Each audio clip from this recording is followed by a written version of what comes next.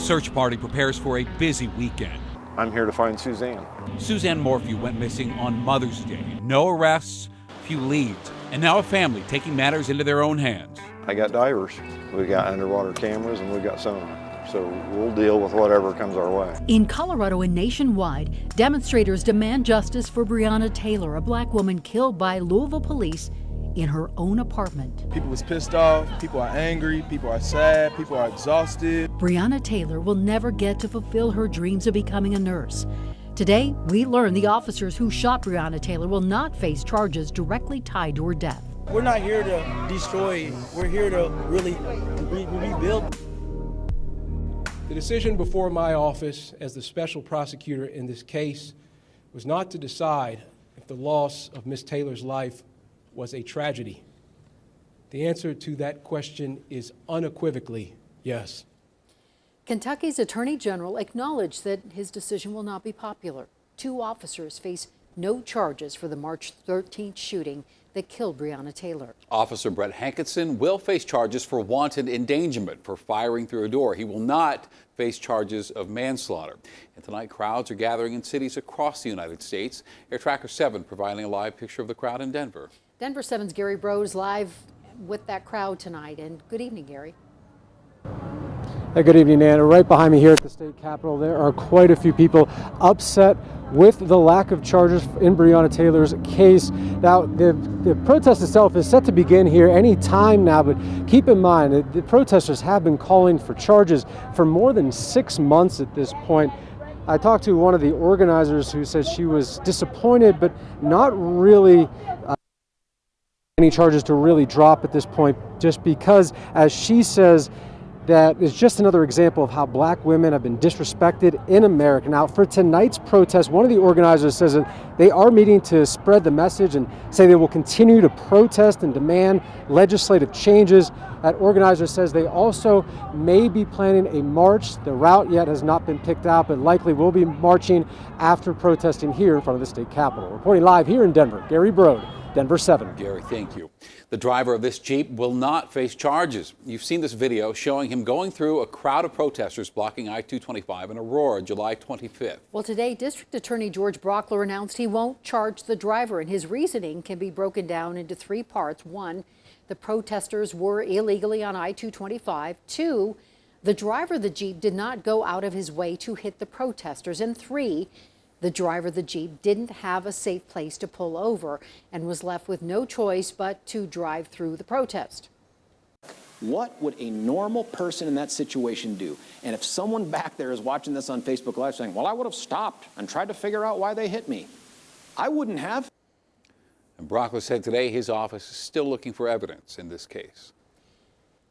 It has been 4.5 months since a Chaffee County mom disappeared while allegedly out riding her bike. This was on Mother's Day, and tomorrow hundreds of people will gather at the Poncha Springs Visitor Center to begin a new search for her. Denver7's Lance Hernandez is joining us live from Poncha Springs tonight. Lance, you talked with the missing woman's brother. And he told me that he believes his sister died as a result of foul play, Ann. Now, a number of searches have been conducted by authorities in this area. They've even dug up some concrete, but so far no trace of the missing woman.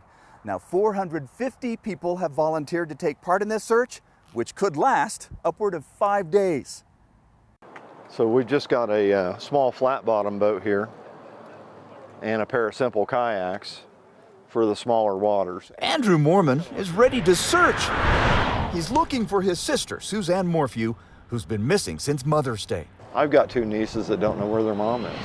This banner says Suzanne went for a bike ride and never returned. I don't think she ever got on a bike. Mormon says the bike ride story doesn't add up.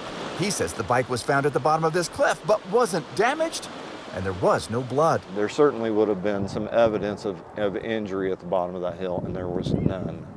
So I believe the bike was picked up and thrown over the hill by human hands. My daughter went to school with Suzanne. Troy Greer, among a group of close-knit friends who came all the way out from Indiana to help with the search. We're a small town and we care about our people in our town, even when they leave our town. We need to bring her home. Mormon grateful for the help and support. We have been in contact with Suzanne's family. Especially from the YouTube channel, Profiling Evil. I am prepared for the fact that there's not going to be a good ending in this.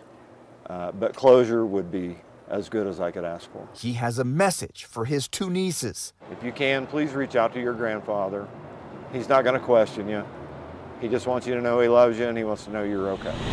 There will be a prayer vigil at 7 p.m. Friday at Riverside Park in Chaffee County. Lance Hernandez, Denver 7. Now those volunteers will gather here at 8 o'clock tomorrow morning, and then they'll split up in groups and go off onto separate searches. If you'd like to help volunteer, you can sign up. We'll have a link in that story on our website.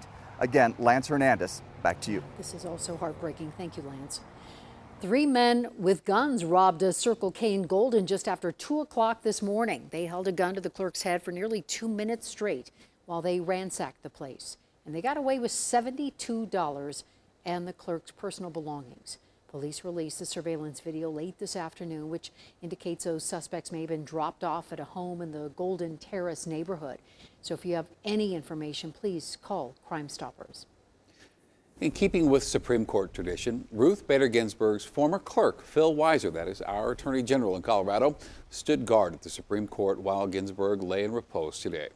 More than 100 former clerks made the trip to Washington to honor Ginsburg this way. The memorial will continue through the end of the week. Interment at Arlington National Cemetery will be held next week. And the president will announce his pick to replace Ginsburg Saturday night, 3 p.m. or Saturday at 3 p.m. He said earlier in the week his short list had 5 names on it. Senate Republicans have less than 6 weeks now to get this nomination confirmed before election. They could hold hearings the week of October 12th. 616 new cases of coronavirus reported in Colorado today. It's the 4th time in 6 days we are reporting more than 600 cases, and we have not seen a case surge like this since the end of July. That one was connected to the 4th of July holiday. This one is being blamed primarily on young adults. Today, the number of cases connected to the CU Boulder outbreak passed 1,200. We are seeing a small increase in hospitalizations related to coronavirus. 259 beds were in use today. That's 29 more than yesterday. Keep in mind, we have thousands of beds available if needed. And at a time when many Coloradans are struggling, the state announced today it's going to make sweeping changes to the way behavioral and mental health services are managed. Governor Polis said today the current system is just too complex, so he's going to simplify it. This pandemic has only exacerbated those flaws. It's really made it tough on everybody from a mental health perspective, spiritual health, a psychological perspective. The behavioral health blueprint today sets a bold, achievable vision for making behavioral health more efficient and more effective. More than 75 programs across 10 state agencies will be consolidated. Governor Polis said his plan is to build a, quote, one-stop shop for people looking for behavioral or mental health services. Denver7 is getting results for residents of a Littleton townhome complex after we exposed a rat problem there. But multiple homeowners tell Denver7's Jason Grinauer action comes with strings attached in the form of monthly bills. Just days after Contact Denver7 exposed the rat problem at this townhome complex, probably at least 5 since Thursday, the problem persists. One townhome resident even put up this sign where others leave out their trash. When you pile trash out on the curbs every week, that still doesn't get rid of the rat issue. But some action is now being taken by management. An email to residents states 6 dumpsters will be delivered this week. They're hoping that we'll clean up our yards and that will solve the rat issues. But that isn't the only thing that's happened since our story ran. It was also announced that monthly HOA rates in this community would be going up. $10 a month per household through the entire community. A concerned Dakota Station homeowner emailed Contact Denver7 saying the HOA board blamed residents for the rat problem during their monthly meeting while mentioning our story, and that they justified the HOA due increase to pay for removal of so-called rat trash. I don't know for sure, I guess, but it does feel awfully suspicious that the story came out and then within a very short amount of time our rates are all going up. And that was Jason Grinauer reporting. And just within the last few minutes, the HOA tells us they cannot respond today, but they say they are working on a formal response. So we will follow up and update the story once we hear back. The Pine Gulch fire near Grand Junction is 100% contained tonight. This is the largest wildfire in Colorado history. It burned more than 139,000 acres.